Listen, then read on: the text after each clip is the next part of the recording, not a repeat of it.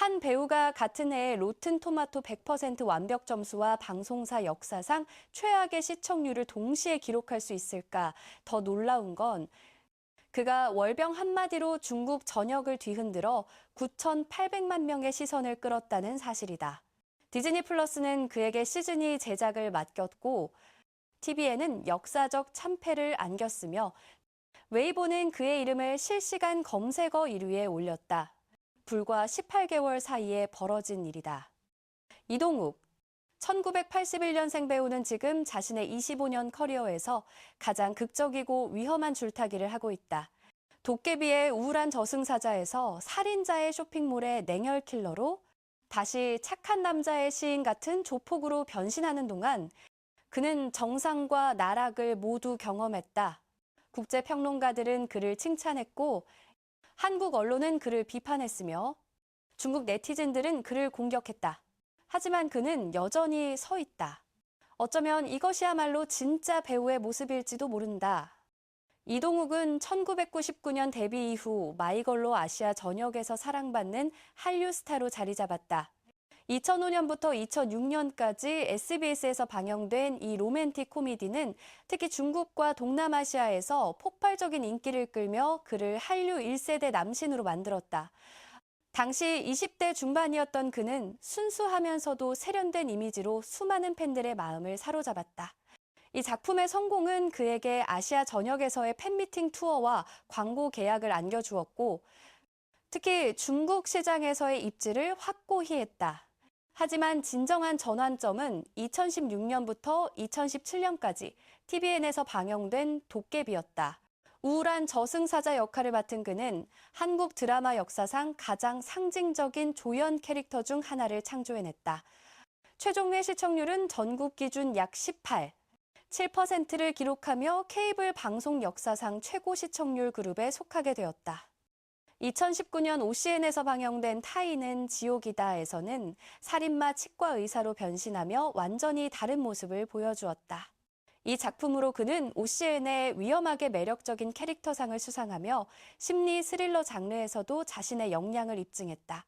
2020년 TVN에서 시작된 구미호춤 시리즈는 그에게 또 다른 대표작을 선사했다. 구미호 이연 역을 맡아 독자적인 판타지 세계관을 구축한 이 시리즈는 2023년 구미호연 1938로 이어졌고 속편의 첫 방송 시청률이 1편의 최고 시청률을 넘어서며 브랜드의 지속성을 증명했다. 이러한 탄탄한 필모그래피를 바탕으로 이동욱은 2024년 새로운 도전에 나섰다. 첫 번째 작품은 디즈니 플러스를 통해 전 세계에 공개된 살인자의 쇼핑몰이었다. 강재영 작가의 동명소설을 원작으로 한 이 8부작 시리즈는 2024년 방영되었으며 미국에서는 훌루를 통해 서비스되었다. 이동욱은 정진만 역을 맡았는데 그는 겉으로는 온라인 쇼핑몰을 운영하지만 실제로는 암살자들에게 무기를 공급하는 전직 용병이다. 조카 정지안이 진만의 의문스러운 죽음 이후 암살 표적이 되면서 이야기는 시작된다.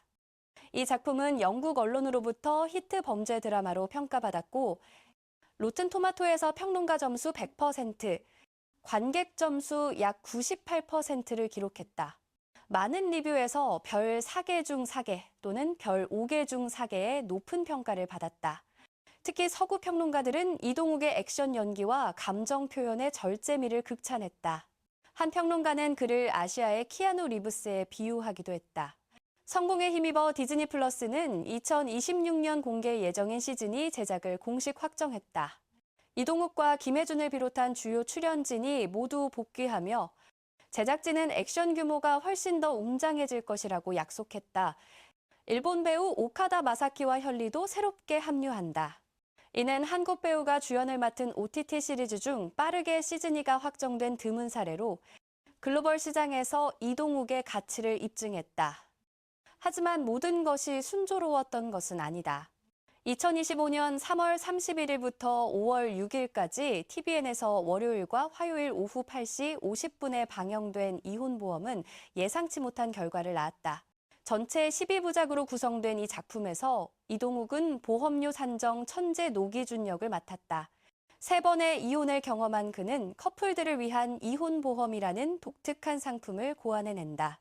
드라마는 그와 동료들이 황당하면서도 슬픈 이혼 사례들을 해결해 나가는 과정을 그린다.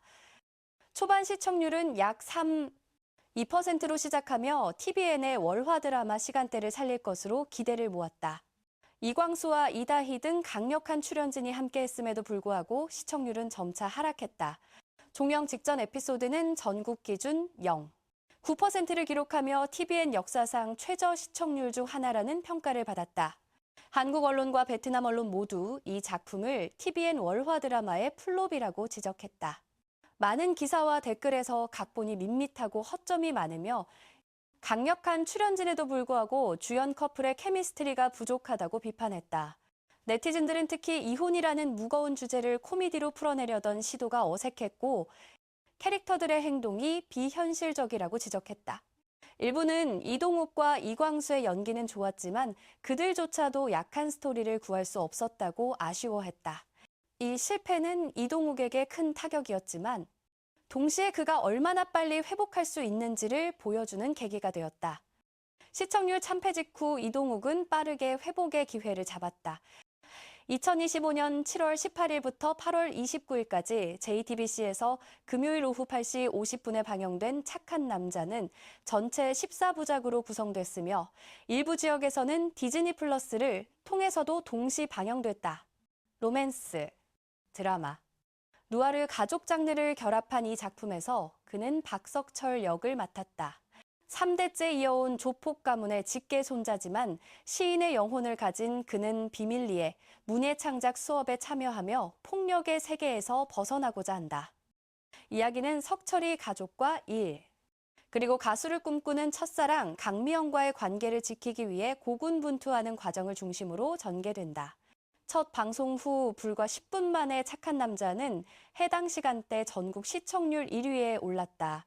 지역 언론들은 이를 이혼보험의 시청률 참패 이후 이동욱의 희망찬 복귀로 평가했다. 이동욱은 이 작품에서 폭력적인 환경에서 자랐지만 시를 사랑하는 이중적 캐릭터를 설득력 있게 표현했다. 그의 눈빛 연기는 특히 호평받았는데 조폭으로서의 위협적인 모습과 시를 읽을 때의 부드러운 표정 변화가 자연스러웠다. 한 평론가는 이동욱이 40대에 접어들면서 더욱 깊이 있는 캐릭터를 소화할 수 있게 되었다고 평가했다. 착한 남자의 성공은 이혼보험의 실패가 그의 능력이 아니라 작품 선택의 문제였음을 증명했다. 2024년 개봉한 역사영화 하얼빈에서는 현빈과 함께 독립운동가 이창섭 역을 맡았다. 또한 그는 여러 브랜드의 홍보대사로 활동하며 국제 행사에 참석했고 포브스 아시아는 그의 소셜미디어 영향력을 인정하여 100명의 디지털 스타 목록에 포함시켰다. 하지만 커리어의 정점에서 예상치 못한 논란이 발생했다. 2024년 추석 시즌 그는 팬소통 플랫폼 버블에서 중국 팬과 대화하던 중 월병에 대한 질문을 받았다. 중국 팬이 월병을 먹었는지 물어보자 이동욱은 대략 이렇게 답했다. 중국 팬 여러분, 한국에서는 월병을 먹지 않습니다. 각 나라마다 기념하는 방식이 다르니 더 이상 묻지 말아주세요. 우리는 송편을 먹습니다. 이 답변에 눈을 굴리는 것으로 해석될 수 있는 아이콘이 함께 사용되면서 일부 사람들은 그가 질문에 짜증을 낸 것으로 받아들였다. 2025년 8월, 이 발언이 번역되어 웨이보에 퍼지면서 논란이 폭발했다. 이동욱, 한국인들은 월병을 먹지 않는다는 문구가 핫토픽 상위권에 올랐고 약 3만 2천 개의 게시물과 약 9,800만 조회수를 기록했다. 안티팬과 일부 중국 관객들은 그가 음식 문화에 대한 존중이 부족하고 차갑게 답변했으며 심지어 월병을 경멸했다고 비판했다. 반면 한국과 국제 팬들은 그가 단지 문화적 차이를 설명한 것일 뿐이며 한국에서는 추석에 송편을 먹는다는 점을 알리고 싶었고 반복되는 질문 때문에 화제를 전환하고자 했을 뿐이라고 옹호했다. 맥락을 벗어난 발언을 과장하는 것은 지나치다는 의견도 많았다. 이 스캔들은 그가 배역을 잃거나 방송 금지를 당하는 수준은 아니었지만 이전에 중국 시장에서 쌓아온 친근한 이미지에 작은 흠집을 남겼다. 특히 마이걸 시절부터 그의 주요 팬층 중 하나였던 중국 시장에서의 영향이 컸다. 국제평론가들은 살인자의 쇼핑몰을 긴장감 넘치는 액션 시리즈로 평가하며 로튼 토마토에서 평론가 100%, 관객 약 98%의 점수를 유지했고 2024년 최고의 한국 드라마 목록에 포함됐다. 한국 네티즌들은 이동욱이 냉혹한 킬러 삼촌 역할에 잘 어울리며 이전의 저승사자나 구미호 이미지와는 다른 새로운 액션 연기를 보여줬다고 칭찬했다. 이혼보험은 초반 시청률이 괜찮았음에도 1% 아래로 떨어지면서 한국과 베트남, 언론 모두 TVN 월화 드라마의 플롭으로 규정했다. 이동욱, 이광수, 이다희 등 강력한 출연진에도 불구하고 각본이 캐스팅에 부합하지 못했다는 점이 강조되었다. 착한 남자는 첫 방송 후 몇 분 만에 전국 시청률 1위를 차지하며 주목받았고 부드러운 내면을 가진 조폭 대가 역할에서 이동욱의 연기력이 높은 평가를 받았다. 월병 스캔들에 대해서는 비판하는 측에서 국제 팬들, 특히 마이걸 시절부터 그의 주요 팬층 중 하나였던 중국 시장에서는 더 부드럽게 답변해야 했다고 지적했다. 옹호하는 측에서는 추석에는 송편을 먹는다는 문화적 차이를 확인한 것일 뿐이며 맥락을 벗어나 발언을 잘라내어 불을 지피는 것은 불공정하고 심지어 한중 간 긴장을 반영한다고 강조했다. 이 시기의 강점은 명확하다. 도깨비와 구미호매의 판타지에서 살인자의 쇼핑몰의 스릴러 액션, 이혼 보험의 로맨틱 코미디, 착한 남자의 가족 누아르에 이르기까지 매우 넓은 연기 스펙트럼을 보여줬다. JTBC와 TVN의 국내 시청률과 디즈니 플러스, 훌루, 아마존 프라임 비디오를 통한 국제적 파급력을 잘 결합했다. 하지만 위험과 교훈도 분명하다. 이혼보험은 큰 이름이 약한 각본을 구할 수 없다는 것을 증명했으며 A급 스타도 역사적 플롭에 휘말릴 수 있음을 보여줬다. 월병 스캔들은 한류 아티스트가 다국적 팬들과 소통할 때 극도로 조심해야 한다는 점을 상기시켰다. 문화에 대한 단순한 발언조차도 긴장의 방향으로 해석될 수 있다. 전체적으로 이동욱은 여전히 1980년대생 한국 드라마 배우 중 선두주자다. 비주얼 매력을 유지하면서도 복잡한 심리적 역할을 소화할 만큼 충분한 경험을 갖추고 있다. 2024년부터 2026년까지의 기간은 그가 로맨틱 코미디와 판타지의 아이콘이었던 이후 OTT 플랫폼에서 지속 가능한 액션 누아르 배우로 전환할 수 있는지를 시험하는 시기다. 업계 관계자들은 그의 이러한 변신이 40대 한국 남자 배우들에게 새로운 롤모델이 될 수 있다고 평가한다. 과거에는 40대가 되면 아버지 역할이나 조연으로 물러나는 경우가 많았지만 이동욱은 여전히 주연으로서 다양한 장르를 소화하며 국제시장에서도 경쟁력을 유지하고 있다.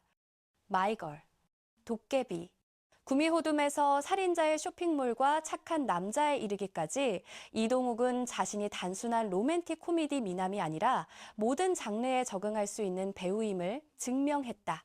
동시에 그는 국내외에서 다수의 상을 수상했으며 로튼토마토에서 인상적인 성적을 거뒀다. 이혼보험의 시청률 하락과 월병 논란에도 불구하고 전반적인 이미지는 비교적 깨끗하며 심각한 도덕적 스캔들에 연루되지 않았다. 착한 남자로 빠르게 만회했고 디즈니 플러스가 살인자의 쇼핑몰 시즌, 이를 맡긴 것은 제작자들이 그에게 여전히 큰 매력을 느끼고 있음을 보여준다. 2026년 공개 예정인 살인자의 쇼핑몰 시즌, 이는 더 큰 규모의 액션과 함께 일본 배우 오카다 마사키와 현리가 새롭게 합류하며 이동욱이 계속 중심 역할을 담당한다. 착한 남자 이후에는 성숙하고 내면이 복잡한 누아르, 범죄, 정치 드라마의 역할로 계속 초대받을 것으로 예상된다.